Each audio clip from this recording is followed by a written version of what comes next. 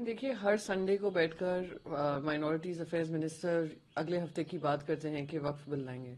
ये पिछले 3 महीने से हम यही बात सुन रहे हैं और बीएससी में ये डिस्कशन के लिए आता भी नहीं है। तो या तो वो पब्लिक का ध्यान भटकाने का काम कर रहे हैं या फिर उनकी मंशा ही नहीं है कि बिल पेश हो, क्योंकि वो जानते हैं कि उनके पास बहुमत नहीं है और जेडीयू हो, टीडीपी हो और चिराग पासवान जी की पार्टी हो, शायद उसको समर्थन ना दें और उनका खुद का बहुमत है नहीं।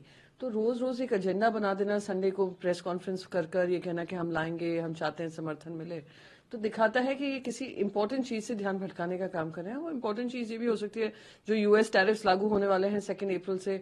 फार्मा इंडस्ट्री, बाकी सारी इंडस्ट्रीज ये मांग कर रही हैं कि यूएस को से किसी तरीके से बातचीत कर ये रेसिप्रोकल टैरिफ्स हटाया जा सके, क्योंकि देश में इकोनॉमिक व्यवस्था गड़बड़ाएगी।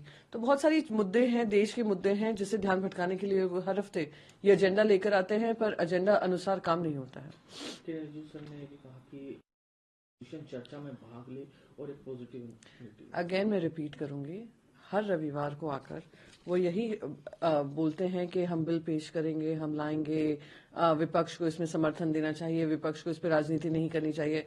ना किसी को बिल का रंग रूप पता है, ना किसी को पता है किस तरीके से चर्चा का विषय बनेगा, किसी को ये भी नहीं पता प्रेजेंट होगा कि नहीं। बिजनेस एडवाइजरी कमेटी में, चाहे वो लोकसभा हो या राज्यसभा हो, वो चर्चा का विषय ही नहीं है।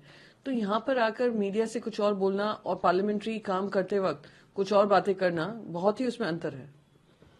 मैम, बिल का अपोज करना चाहिए, जेडीयू, टीडीपी और चिराग पासवान की पार्टी को भी अपोज करने के लिए उन्होंने अपील की है, कहा ये बिल्कुल भी हित में नहीं है देश के। देखिए, जो अब तक बातचीत हो रही है, जेडीयू टीडीपी ने अपना रिजर्वेशन जताया है इस बात को लेकर। चिराग पासवान जी के भी हाल ही में आए कमेंट से लग रहा है कि वो भी इस बिल को लेकर शायद इनके समर्थन में नहीं है। और भारतीय जनता पार्टी को ये ध्यान रहना है कि बीजेपी अब सिंगल लार्जेस्ट पार्टी, मेजोरिटी नहीं है। सिंगल लार्जेस्ट पार्टी है पर पूर्ण बहुमत उनके पास नहीं है, सिंपल मेजोरिटी नहीं है। तो उनको समर्थन के बगैर ये पास नहीं हो सकता। पहले कंसेंसस बिल्डिंग होगी, फिर ही किसी तरीके की चर्चा का विषय बनेगा। मैं फिर से दोहराऊंगी, ये इनका सिर्फ ध्यान भटकाने का मुद्दा है, ये पार्लियामेंट में पेश होने का इनका एजेंडा ही नहीं है। जो हाउस को लेकर कंट्रोवर्सी हो रही है, बीजेपी अटैक कर रहा है कि उन्होंने ऐसा कैसे कहा कि कॉन्स्टिट्यूशनल अटैक है, सेंट्रलाइजेशन करने वाला है। ये बीजेपी को कोई काम ही नहीं है बस अटैक करने का। हमारे विपक्ष की एक भूमिका रही है और वो विपक्ष को लेकर वो जो बोल रही है सेंट्रलाइजेशन हो रहा है।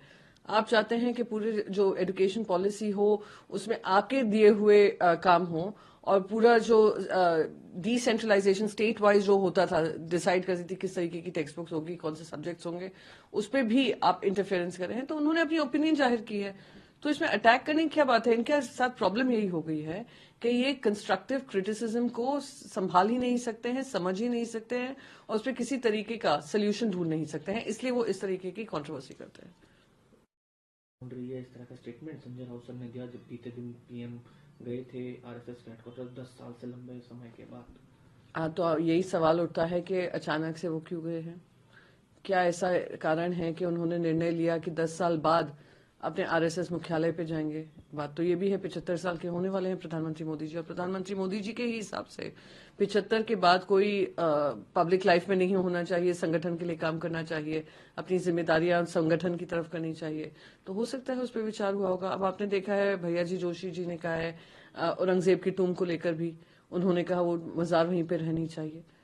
तो ये जो बयानबाजी हो रही है कि एक तरफ आप दंगा भड़काते हैं, दूसरी तरफ आप फिर कहते हैं कि नहीं वहीं पे होना चाहिए, देवेंद्र फडणवीस कुछ कहते हैं, तो ये सारी चीजें जो हैं दिखाती हैं कि आरएसएस और बीजेपी में ही कोई तालमेल नहीं है। तो शायद तालमेल बिठाने गए थे कि जो इतना गैप आ गया है दोनों में। किसी को याद नहीं है कि जेपी नड्डा जी ने क्या कहा था कि अब हमें आरएसएस की जरूरत नहीं है, तो शायद आरएसएस की जरूरत पड़ गई है, इसलिए प्रधानमंत्री वहां पहुंचे। लास्ट क्वेश्चन, ऑलमोस्ट क्लोजिंग पे है पार्लियामेंट अपने।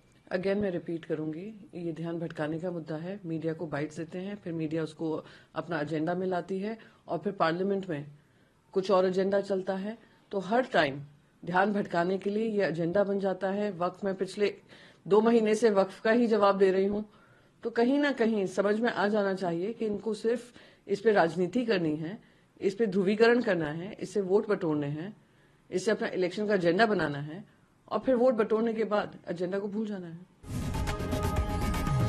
लोकशाही मराठी ऐका, पहा, जागरूक रहा।